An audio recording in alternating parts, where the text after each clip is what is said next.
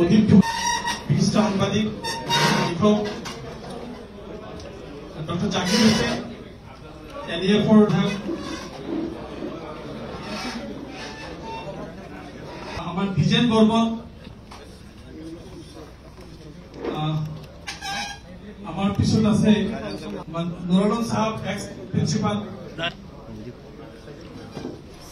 নাজির হোসেন সরকার x principal Jamaat ইসলামের শফিকুল ইসলাম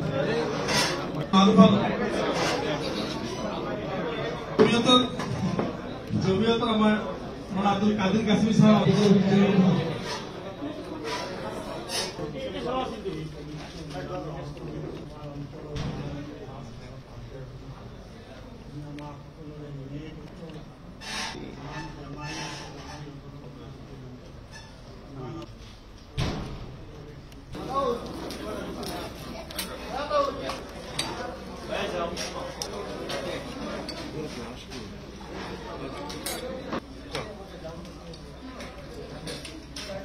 আমি সর্বভারতীয় সংযুক্ত গণতান্ত্রিক মৰ্চাৰ ফালৰ পৰা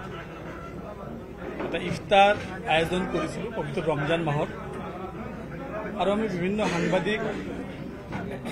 বিভিন্ন বুদ্ধিজীৱী বিভিন্ন শিক্ষাবিদ বিভিন্ন জাতি ধৰ্মৰ মানুহ আমি আজি মাতিছিলো যাতে আমি পবিত্ৰ ৰমজান মাহত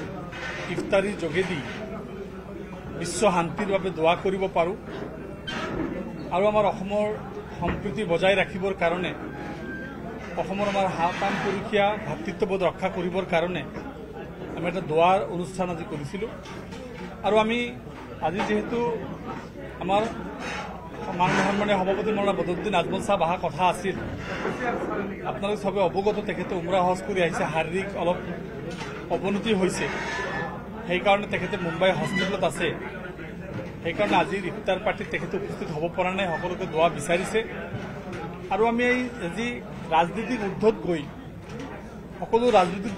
দলক আমি ইনভাইট কৰিছিলো যাতে আমি সম্প্ৰীতিৰ কাৰণে শান্তিৰ কাৰণে দোৱা একেলগে কৰিব পাৰো তাৰ কাৰণে আজি ব্যৱস্থা কৰিছো আজি কোনো ৰাজনৈতিক প্ৰেক্ষাপটত নাযাওঁ আৰু আপোনালোকৰ যোগেদি যি হতাশয় ব্যক্তিসকল আজি উপস্থিত হৈছে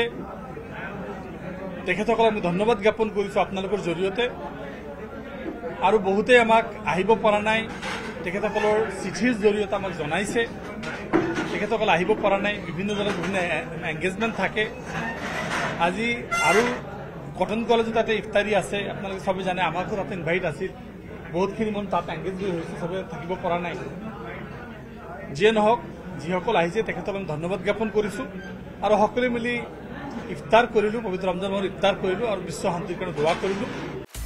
আপুনি বিচৰা বাতৰি পাব কেৱল নিউজ 18 এপত নিউজ 18 এপ ডাউনলোড কৰিবলৈ স্ক্যান কৰক এই QR কোড গুগল প্লে ষ্টৰতো পাব এই নিউজ 18 এপ